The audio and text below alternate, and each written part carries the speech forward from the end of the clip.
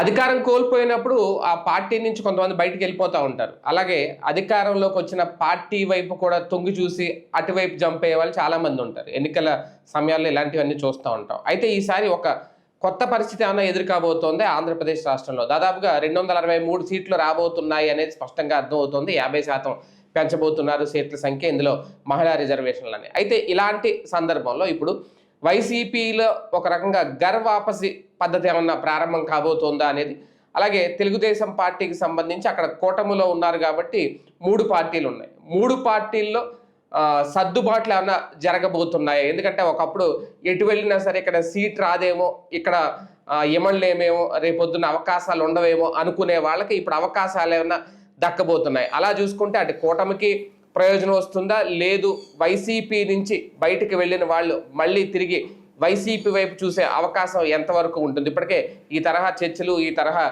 కార్యక్రమాలన్నీ మొదలైనయట. ఎంతవరకు ఇది సాధ్యమవుతుంది, ఎలా ఉండే అవకాశం ఉంది? ఇదే అంశం మీద చర్చించే ప్రయత్నం చేద్దాం. సరే, ఒక రకంగా వైసీపీకి ఏమన్నా కలిసి వచ్చే కాలమా, లేదంటే ఏ పార్టీలైనా కొరత ఏమన్నా ఏర్పడద్దా? 263 స్థానాల్లో సర్దుబాట్లు అనేది ఆ పార్టీ నుంచి ఈ పార్టీలోకో, ఈ పార్టీ నుంచి ఆ పార్టీలోకి తీసుకుంటేనే సాధ్యం అవుద్దా? ఆ తరహా ఏమన్నా మొదలైందా? మీరు 500 సీట్లు ఇచ్చినా 1000 సీట్లు ఇచ్చినా కూడా ఎప్పుడు కొరతగానే ఉంటుంది. ప్రధాన పార్టీలకి సహజంగా ఆదరణ ఎక్కువ ఉంటుంది. ఇక్కడ మన ఆంధ్రప్రదేశ్లో ప్రాంతీయ పార్టీల పరంగా చూస్తే తెలుగుదేశానికి, వైసీపీకి డిమాండ్ ఎక్కువ ఉంటుంది. ఎక్కువ మంది సీట్లు ఆశిస్తుంటారు. అదే సందర్భంలో ఇప్పుడు తెలుగుదేశం జట్టు కట్టింది కాబట్టి ఆ సీట్లు వాళ్ళకున్న వాటిట్లో పంచుకోవాల్సి వస్తుంది కాబట్టి మరింత డిమాండ్ ఎక్కువ ఉంటుంది వాళ్ళకి. అది క్లియర్. ఇప్పుడు అవి రాబోయేటటువంటి రోజుల్లో కొంతవరకు సాటిస్ఫై అయినట్టు. ఇప్పుడు మెయిన్ భారతీయ జనతా పార్టీకి కానీ జనసేనకు కానీ బలమైన నాయకులు నియోజకవర్గాల్లో లేకపోబట్టిన కదా తెలుగుదేశం వాళ్ళని తీసుకుని ఆ పార్టీలో చేర్చుకుని మరి వాళ్ళకి ఎమ్మెల్యే సీట్లు ఇచ్చింది, ఎంపీ సీట్లు ఇచ్చింది. వేరే పార్టీల వాళ్ళని తీసుకునే కదా వీళ్ళకి డైరెక్ట్గా ఎందుకని తీసుకోలేదు, వీళ్ళ కార్యకర్తలు ఎందుకు పెట్టలేదు, వీళ్ళ నాయకులు ఎందుకు పెట్టలేదు? ఆ కెపాసిటీ లేదని. అంటే కెపాసిటీ ఉన్న లీడర్లు ఏ పార్టీలో ఉన్నారు? టీడీపీ, వైసీపీలోనే ఉన్నారు. ఆ వైసీపీతో పాటు పెట్టినటువంటి జనసేనలోనూ లేరు, ఎప్పటి నుంచినో ఉన్న బీజేపీలోనూ లేకపోవడం ఏంటి? ఇప్పుడు బీజేపీకి 6 ఎంపీ సీట్లు ఇచ్చారు. ఇందులో సరే సురేష్ లాంటి వాళ్ళు, సీఎం రమేష్ లాంటి వాళ్ళు అంతకుముందే బీజేపీలోకి వచ్చేసారు అనుకున్నాం. కానీ టోటల్గా ఎంపీ సీట్లలో ఒక్క ఆయన పేరేంటది శ్రీనివాస్ వర్మ తప్ప మిగతా వాళ్ళందరూ బయట నుంచి వచ్చిన వాళ్ళే కదా. సో బీజేపీలోకి వచ్చిన వాళ్ళు లేదా టీడీపీ నుంచి అప్పటికప్పుడు బీజేపీ తీసుకుని ఇచ్చినటువంటి టికెట్లు. అట్లాగే ఎమ్మెల్యే సీట్లు వాళ్ళు 10 తీసుకున్నారు. 10లో డైరెక్ట్ బీజేపీ వాళ్ళు ఎవరున్నారు అక్కడ? ఒక్క సత్యకుమార్ యాదవ్ తప్పించి మిగతా వాళ్ళందరూ బయట నుంచి వచ్చినటువంటి వాళ్ళు, లేకపోతే కనుక వేరే పార్టీలో ఉండి ఇటుకు వచ్చినటువంటి వాళ్ళే కదా అక్కడ సాగింది. ఇప్పుడు గెలిచిన 8 మందిలో చూసుకున్నా సరే, అంటే ఆ పార్టీలో లేకపోబట్టింది కదా. అట్లా జనసేన 21 మంది. 21 మందిలో నాదెళ్ల మనోహరు, పవన్ కళ్యాణ్, కందుల దుర్గేషు, ఆ బొలిశెట్టి శ్రీనివాసు, అతని పేరేంటది పోలవరం ఎమ్మెల్యే, ఇట్లాంటి దాదాపు ఒక 7-8 మంది జనసేన వాళ్ళు. మిగతా వాళ్ళంతా ఎవరు? తెలుగుదేశం నుంచి వచ్చిన వాళ్ళు, అటు నుంచి వచ్చినటువంటి వాళ్ళే కదా, బయట నుంచి వచ్చినటువంటి వాళ్ళే కదా. కాబట్టి ఇప్పుడు తెలుగుదేశం ఆ అవకాశాలు తగ్గించుకుంది, అక్కడ సీట్లు వదులుకుంది అక్కడ, అంతే కదా. ఇప్పుడు నిడదవోలు ఈయన చేస్తున్నాడు అనుకుందాం, కందుల దుర్గేష్, ఆయన సీట్లో ఉన్నటువంటి తెలుగుదేశం వాళ్ళకి అవకాశం కోల్పోయినట్టే కదా. అట్లా లాస్ అయినటువంటి ఉన్నాయి కదా. ఇప్పుడు తెనాలి, ఆలపాటి రాజు వదులుకోబట్టినే కదా అక్కడ వచ్చింది. ఇప్పుడు అట్లాంటి వాళ్ళకి అవకాశాలు వస్తాయి, వదులుకున్న వాళ్ళకి మళ్ళీ అవకాశాలు లభిస్తాయి ఇప్పుడు తెలుగుదేశం. అదే సందర్భంలో జనసేన బీజేపీల పొత్తు వల్ల 31 సీట్లు కోల్పోయారు వీళ్ళు. ఇప్పుడు ఆ 31 సీట్లు యాడ్ అయినట్టు వీళ్ళకి 260, మొత్తం 80 సీట్లు యాడ్ అవుతుంటే ఇప్పుడు ఇంకొక 50 అడిషనల్ వచ్చినట్టు, బోనస్ వచ్చినట్టు. ఇప్పుడు మేబీ నేను అనుకోవడం, క్రిందటిసారి ఎట్లాంటి రేషియో అయితే ఇచ్చారో అదే రేషియోలో ఇస్తారు.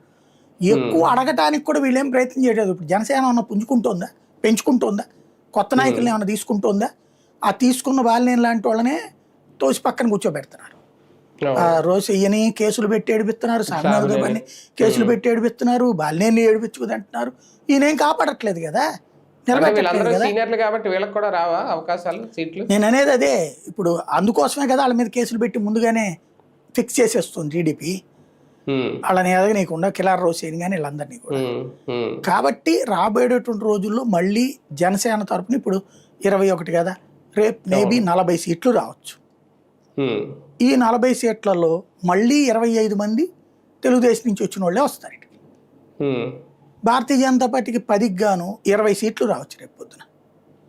ఆ 20 సీట్లలో 15 మంది వీళ్ళోళ్ళే ఉంటారు మళ్ళీ అక్కడ. ఉమ్, అంటే టీడీపీలో తను టిక్కెట్లు ఇవ్వడానికి ఇప్పుడు ఒకే నియోజకవర్గంలో 2-3 ఎప్పుడైతే గొడవ పడుతుంటారో వాళ్ళల్లో ఒకరికి టికెట్ ఇవ్వాలని చంద్రబాబుకు ఉంటుంది, కానీ అవతలోడితో మంచి బాండింగ్ ఏదో ఉండుంటుంది. అట్లాంటి వాళ్ళని తీసుకెళ్ళి అవతల పార్టీలో చేర్చి ఆ పార్టీ పేరుతో టికెట్ పెడతాడు ఈయన. ఉమ్. ఇప్పుడు అతని పేరు ఏందది మీకు ఏరియాలో, వర్మ కాకుండా ఆయన నల్లబెల్లి రామకృష్ణారెడ్డి. నల్లవేలు రామకృష్ణారెడ్డి. ఎంత రక్తం వస్తే పసుపు వస్తుందని చెప్తాడు ఇప్పటికి కూడా ఆయన. అవును. ఆయన బీజేపీ జెండాని ఎత్తున పెట్టుకోవడానికి చిరాకు ఇప్పటికి కూడా తెలుగుదేశం జెండానే మెయిన్ పెట్టుకుంటాడు ఆయన. మొన్న కూడా ఒక ర్యాలీలో కార్యకర్తలు వచ్చి ఆ బీజేపీ కండ వేస్తే తీసుకోలేదు. ఆ విజువల్ ఇప్పటికి వైరల్ అవుతా ఉంటది. అది వదిలే పక్కన పెట్టాడు ఆయన. అంతే, అట్లా ఉంటాయి ఆయన వ్యవహారం అంతా కూడా. కాబట్టి పేరుకి వాళ్ళు బీజేపీ జనసేన తన పార్టీలో ఎవరికైతే అవకాశాలు దక్కలేదో అందులో కూర్చోబెట్టి ఇప్పిస్తాడు ఆయన. కాబట్టి అట్లాగా నడిచిపోతుంటది అంతే. కానీ ఇక ఒకసారి వైసీపీ మూడు పార్టీల్లో, కూటమిలో ఉన్న 3 పార్టీల్లో వాళ్ళు సర్దుబాట్లు చేసుకునే వరకే ఉంటుందా? కొత్త వాళ్ళకి అవకాశం ఉండేంతగా ఏమీ లేదా 263 అంటే? వస్తాయి కదా. ఇప్పుడు 80 సీట్లు కొత్తవి వచ్చినప్పుడు 80 మందికి కొత్త అవకాశాలు వచ్చినట్టే కదా. ఇప్పుడున్న వాళ్ళు కాకుండా ఆల్రెడీ పాత సీనియర్లు ఎవరికైతే దక్కలేదో వాళ్ళకి రావచ్చు రేపు పొద్దున. దేవినేని ఉమా లాంటి వాళ్ళకు, వంగవీటి రాధా లాంటి వాళ్ళకు, ఇట్లాంటి వాళ్ళకి రావచ్చేమో అవకాశాలు. మొన్న పక్కన పెట్టబడ్డటువంటి వాళ్ళకి రావచ్చు అవకాశాలు. లేదా కానీ బీజేపీ కానీ జనసేన కానీ ఎందుకు ఇంకా కొత్త వాళ్ళని ట్రైన్ చేసుకోలేకపోతుంది? అంటే సమస్య ఏంటంటే వాళ్ళు సిద్ధం చేసుకో తెలుగుదేశం కార్యకర్తల్లాగా వాళ్ళ నాయకత్వాలు పనిచేస్తున్నంతసేపు ఏం కాదు అక్కడ. ఎప్పుడైనా సరే తెలుగుదేశం అధికారంలో ఉన్నప్పుడు, తెలుగుదేశం జట్టు కట్టినప్పుడు ఆ రెండో పార్టీని ఎదగనివ్వకుండా వీళ్ళే జాగ్రత్త పడతారు. ఆ ట్రాప్లో పట్టడం తరతరాలుగా ఉంది. అది ఇదివరకు కమ్యూనిస్టులు అట్టాగే సర్వనాశనం అయిపోయారు, బీజేపీ అట్టాగే సర్వనాశనం అయింది. మళ్ళీ పాపం అప్పుడు ఆయన పుణ్యం అని, మోడీ పుణ్యం అని ఏదో పైకి లేస్తుంటే మళ్ళీ తీసుకెళ్ళి వీళ్ళు ఆయనకే రాసి ఇచ్చేస్తారు చంద్రబాబు గారికి. ఇదివరకు ప్రజారాజ్యం పోయింది, కమ్యూనిస్టులు పోయారు, ఇప్పుడు జనసేన.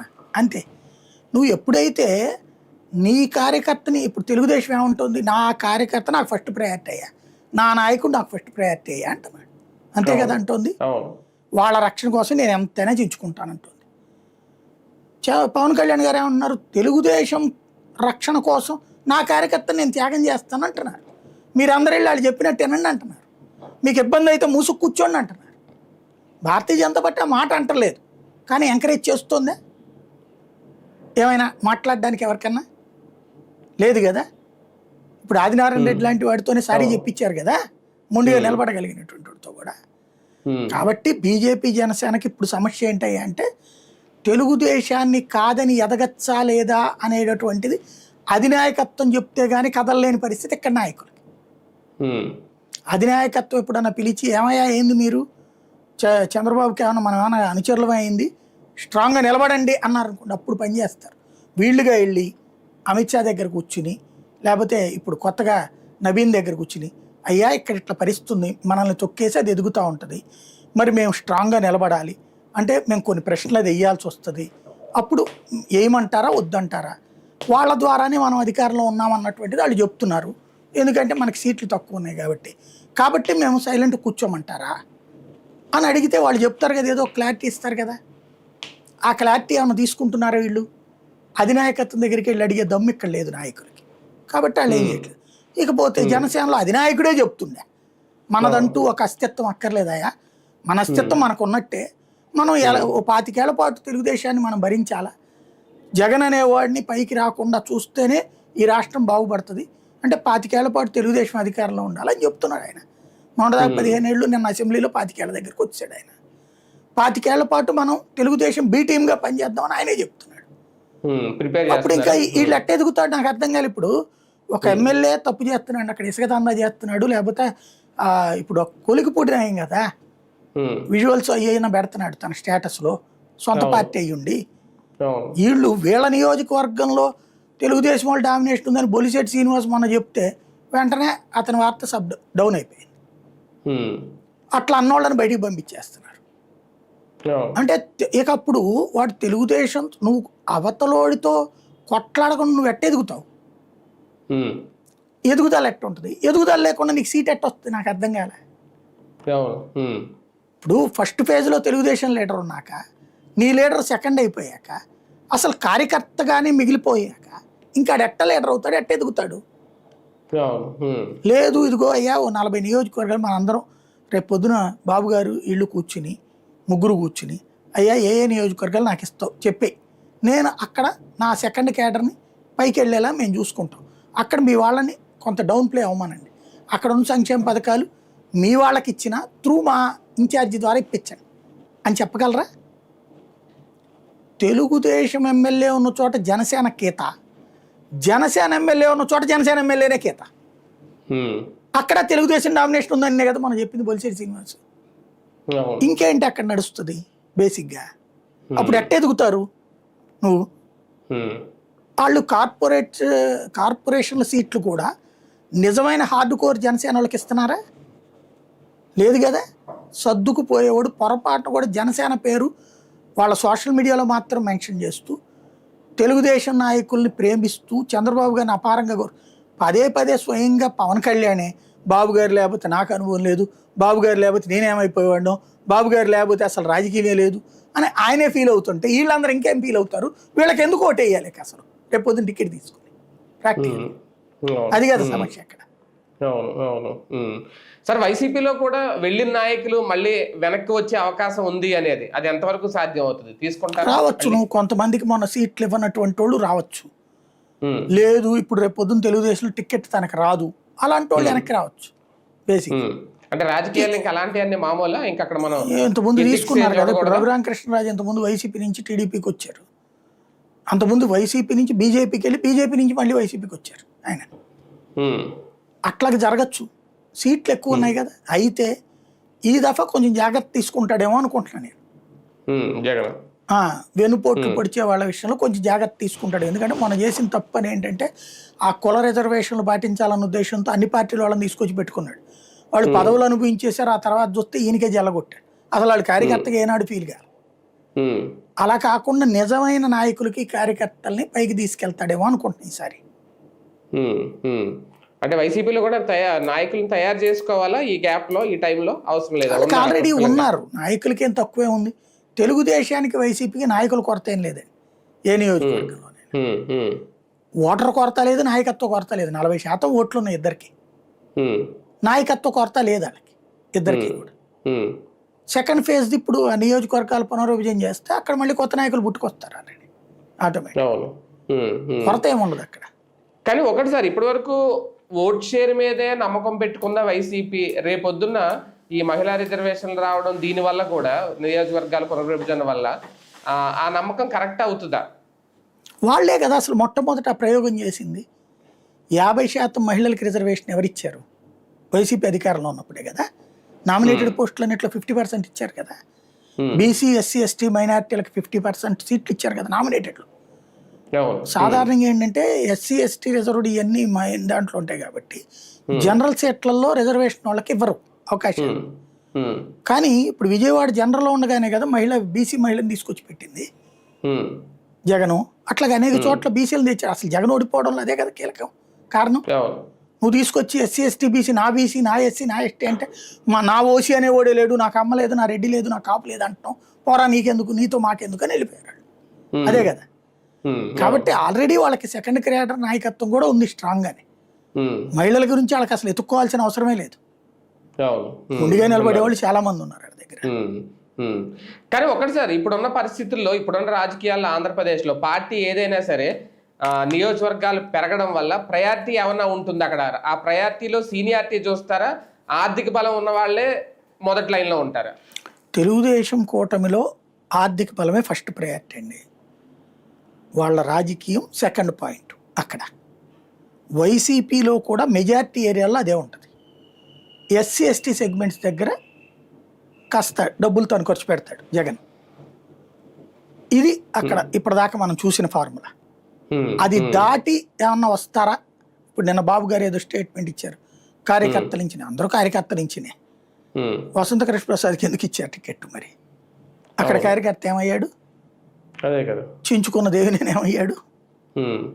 లేకపోతే కనుక రాంప్రసాద్ రెడ్డి ఏరియా ఏంటి? ఇట్లాంటివి చాలా ఉంటాయి అక్కడ. అంటే టీడీపీ ఒక రకంగా ఇప్పటికే ఒక పిలుపు ఇచ్చేసింది, అది కూడా చంద్రబాబు గారే స్వయంగా పిలిపిచ్చేశారు నిన్న మాట్లాడిన మాటలు. వైసీపీ ఇంకా తరహా పిలుపు అది ఏమి ఇవ్వట్లేదు. ఓకే, మిగిలిన దాంట్లో పార్టీలు పిలుపు పిలవాల్సిన పనే ఉంది. ఇప్పుడు చంద్రబాబు గారికి అంటే వేరే 2 పార్టీలు ఉన్నాయి కాబట్టి చెప్పుకోవాలి, ఆయన పార్టీ కోసం కష్టపడ్డ వాళ్ళకి అన్నట్టు. పోనీ అది నిజంగా అమలు చేశాడు ఆయన. నేను చెప్పినట్టు బయట నుంచి వచ్చిన వాళ్ళకి ఇచ్చారు కదా టికెట్లు. ఇప్పుడు కొలికపూడికి ఇచ్చారు, తిరువూరులో ఎప్పటి నుంచినో చించుకున్నాడు ఏమైపోయాడు. అట్లాగా ఉన్నారు కదా ఇప్పుడు జవహర్, ఆనందబాబు, వాళ్ళ నియోజకవర్గాలు వాళ్ళని ఉంచుతున్నారు ఎప్పుడైనా పాపం. ఓ నియోజకవర్గం అంటే రాస్తున్నారు వాళ్ళకి. అదే కదా, అట్టుంటాయి సమస్యలు. ఆ సర్దుబాట్లు అయితే ఇప్పుడు చూడాలేమో, అయితే జరుగుతాయేమో. రైట్ చూద్దాం. నిజంగా ఈ వాపసి లాంటిది ఏమన్నా స్టార్ట్ అవుతుందా, లేదు అంటే సర్దుబాట్లు అనేది వాళ్ళ పార్టీలో ముందు ప్రయారిటీ ఇచ్చి బయట వాళ్ళకి తర్వాత అవకాశాలు ఇస్తారు. ఏదైనా ఆర్థిక బలం అనేది చాలా కీలకం ఇక్కడ సీనియారిటీతో పాటు. ఇప్పుడు అదే మొదలైందట, ఆ ప్రయారిటీల ప్రకారం జరుగుతోంది వ్యవహారం రాజకీయం ఆంధ్రప్రదేశ్లో. ఎంతవరకు సక్సెస్ అవుద్ది చూద్దాం.